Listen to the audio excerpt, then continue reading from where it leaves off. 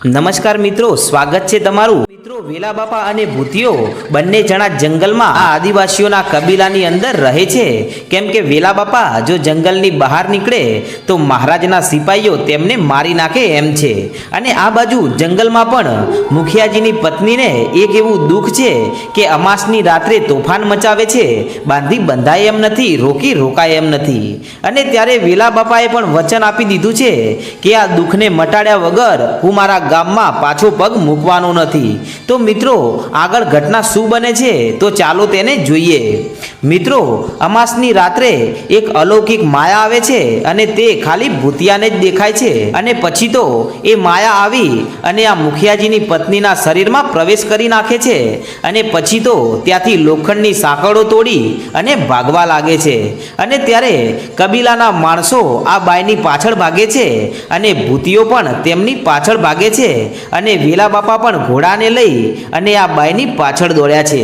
અને આ બાઈ જાડીઓ વીંતી વીંતી આગળ વધવા લાગે છે અને ભૂતિયો પાછળ ને પાછળ દોડ્યા જાય છે. ત્યારે આ બાઈ એક સુમસામ જગ્યામાં જઈને રોકાઈ જાય છે અને ત્યાં રડે છે અને પાછી ભાગે છે અને નાચવા લાગે છે. અને ત્યારે માં મેલડી 80 વર્ષના ડોસી બની અને વેલા બાપાને રોકે છે. પણ વેલા બાપા પણ માં મેલડીને ઓળખતા નથી અને રોકાતા નથી. અને પછી આગળ જેવા ચાલવા ગયા ને ત્યાં તો અંધારામાં વેલા બાપાની પાસે આવે છે અને વેલા બાપાને મોઢા પર ચાટે છે. પણ વેલા બાપા ઉઠ્યા નહીં એટલે પાછો ઘોડો ત્યાંથી ભાગ્યો અને ભાગતો ભાગતો એ જંગલમાં તળાવ શોધે છે. અને તળાવમાં જઈ અને મોઢામાં પાણી ભરી લાવે છે અને વેલા બાપાના મોઢા ઉપર પાણી ઠાલવે છે. એટલે વેલા બાપા પાછા ભાનમાં આવે છે. અને જેવા ભાનમાં આવ્યા ને ત્યાં તો એ ઘોડાને શાબાશી આપે છે કે વાહ વાહ મારા ભેરું, તે તો આજે મારો જીવ બચાવ્યો છે. હવે તો તું પણ ભૂતિયાની જેમ મારો દીકરો છે અને હું તારો દાદો આજથી. અને હું તને વચન આપું છું કે ભલે મને મહારાજ મારી નાખે પણ મારાથી તને ક્યારેય જુદો નહીં કરું મારા ભેરું.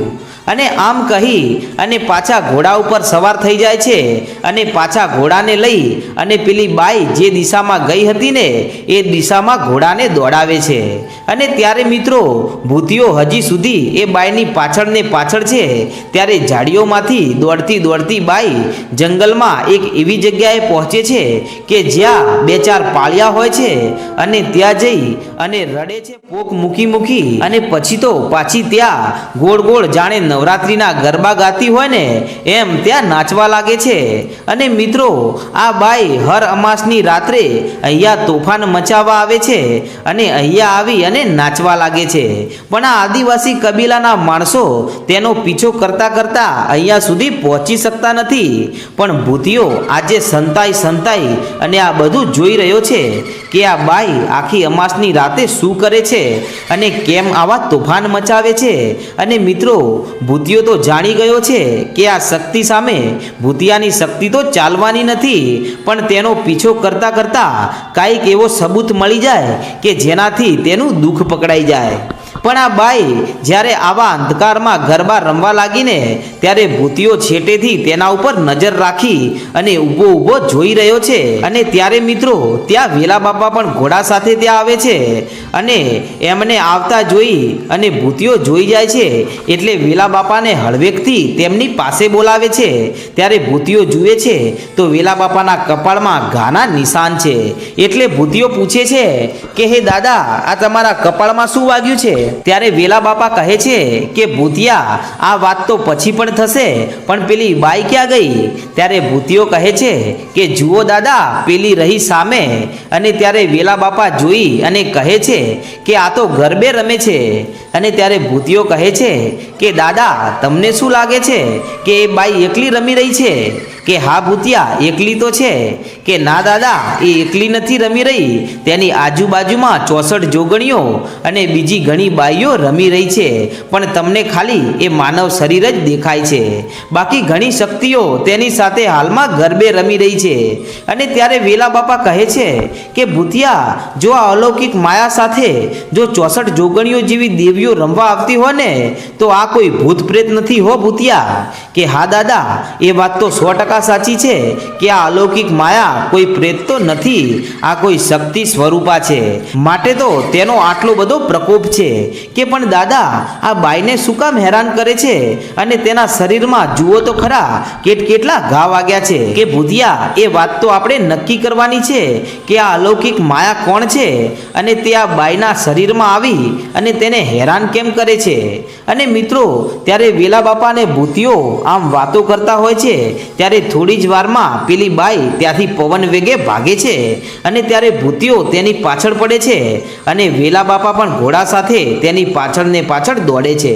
ત્યારે આ બાઈ એક સરોવરના કિનારે પહોંચે છે ત્યારે વેલા બાપા અને ભૂતિયો પણ તેની પાછળ પાછળ એ સરોવરના કિનારે પહોંચે છે અને ત્યાં જઈ અને વેલા બાપાથી રહેવાયું નહીં એટલે વેલા બાપા સીધા બાઈની સામું જુએ છે અને જઈને કહે છે કે હે અલૌકિક માયા તું કોણ છે અને આ નિર્દોષ સ્ત્રીને શું કામ હેરાન કરે છે।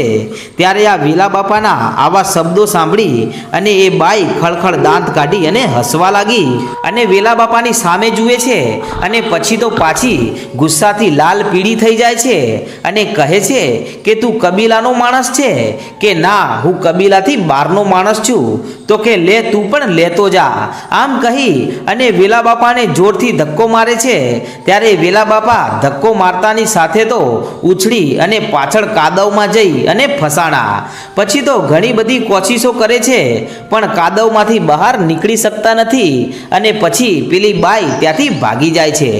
એટલે ભૂતિયો વેલા બાપાને બચાવવા આવે છે ત્યારે વેલા બાપા કહે છે કે ભૂતિયા તારે મારી મદદ કરવાની જરૂર નથી કેમ કે મારી પાસે આ ઘોડો છે જે મારા દીકરા જેવો છે, માટે તું અહીંયાથી ભાગ એની પાછળ અને એ શું હરકતો કરે છે એની નજર રાખ કે હે દાદા તમને આવી મુસીબતમાં મૂકી અને હું ક્યાંય નહીં જાઉં કે ભૂતિયા તને મારી સોગંદ છે ગમે તે કર પણ આ અલૌકિક માયાનો પીછો કર।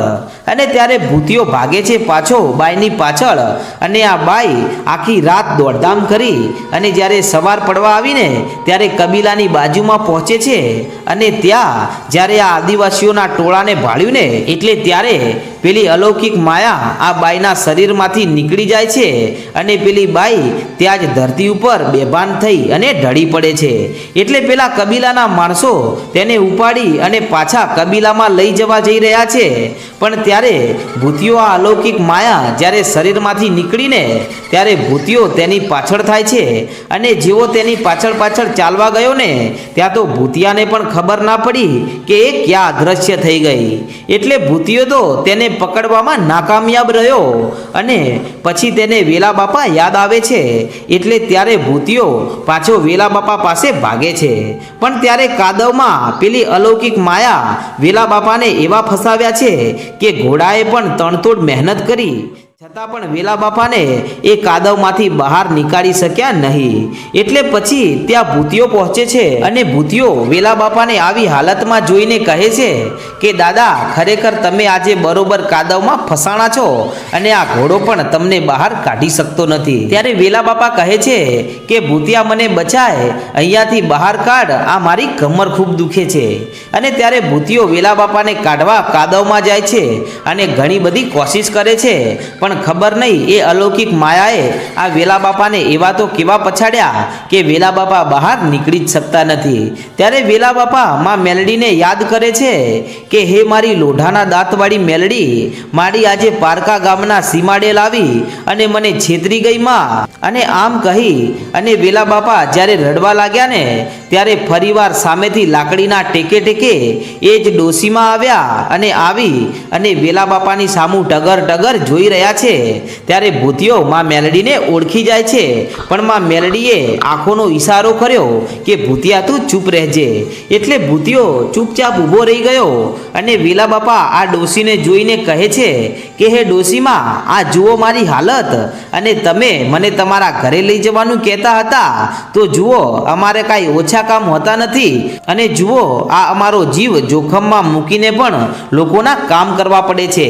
ત્યારે ભૂતિયો મરક મરક ફરક મલકાઈ રહ્યો છે કે આ વેલા બાપા માં મેલડીને ઓળખતા નથી અને વેલા બાબા બબડે જાય છે ત્યારે એ ડોશીમાં કહે છે કે હે બેટા, મારી સાથે મારી ઝૂંપડીએ આવ્યો હોત ને તો તને તારા એક કબીલાના દોસ્ત મુખિયાજીની પત્નીને એ ઉપડેલા દુઃખનો માર્ગ હું તને બતાવી નાખોત, પણ દીકરા તું માન્યો નહીં. અને ત્યારે વેલા બાપાને થોડી મગજમાં અસર પડી કે આ ડોશી ક્યાંથી આવું બધું જાણે છે, મેં તો તેને કાંઈ કહ્યું પણ નહોતું. અને તો પણ ત્યારે ફરીવાર એ ડોશીમાં બોલ્યા કે દીકરા, તારે એટલો તો વિચાર કરવો હતો કે આવા ઘનઘોર જંગલમાં આ ડોશી એકલી ક્યાંથી આવી અને એકલી ક્યાં રહેતી હશે. પણ મારા દીકરા, તારા મગજમાં તો પેલી સ્ત્રી જ દેખાતી હતી અને તે મને જ્યારે સવારે પોકાર કર્યો હતો ને કે હે માં મેલડી મારા વારે આવો, અરે દીકરા, હું તો ત્યારે જ તારી સાથે આવી ગઈ હતી, પણ તે મને ઓળખવામાં ભૂલ કરી અને તું મને ઓળખી ના શક્યો. નહીતર રાત્રે જ હું એ બાઈના દુઃખનું નિવારણ તને બતાવી દોત અને હું બીજી કોઈ ન હતી પણ તારા 71 પેઢીના વડવાની માતા મેલડી હતી. અને ત્યારે માં મેલડીને ડોશીના સ્વરૂપમાં જોઈ અને વેલા બાપાની આંખમાંથી દળદળ આંસુડાની ધારા છૂટી અને કહે છે કે મારી ભૂલ થઈ ગઈ, મને માફ કરો અને મને આ કાદવમાંથી બહાર કાઢો. ત્યારે માં મેલડી કહે છે કે હે વેલા બાપા, તમે કાંઈ કાદવમાં ફસાણા નથી, પણ તમને એ અલૌકિક માયાએ એની માયા જાળમાં બાંધ્યા છે અને તમને એમાંથી કોઈ બહાર કાઢી શકે એમ પણ નથી. પણ આ મારી સોટી પકડ અને આજે હું મેલડી તને બહાર કાઢું છું. અને જ્યારે વેલા બાપાએ એ ડોશીમાની સોટી પકડીને ત્યાં તો વેલા બાપા આસાનીથી બહાર નીકળી ગયા. ત્યારે વેલા બાપા બે હાથ જોડીને વિનવે છે કે હે માડી, તું આવી છે ને તો મને આ અલૌકિક માયા કોણ છે અને તે આમ આ ગરીબ કબીલાને કેમ હેરાન કરે છે અને તે શક્તિ સ્વરૂપા કોણ છે એ મને જણાવ માડી. અને ત્યારે વેલા બાપાને માં મેલડી કહે છે કે સાંભળવું છે કે હા અમારે જાણવું છે. ત્યારે માં મેલડી કહે છે કે તો સાંભળો, એ અલૌકિક માયાની વાત કરું છું કે ઘણા બધા વર્ષો પહેલાની આ વાત છે. અને મિત્રો પછી માં મેલડી એ આખી વાત કહે છે. તો મિત્રો માં મેલડી એ જે ઘટના કહી રહી છે તે ખૂબ જ રસપ્રદ છે, પણ મિત્રો વિડીયો વધારે લાંબો થતો હોવાથી આપણે તેનો આગળનો ભાગ 58માં જોઈશું. તો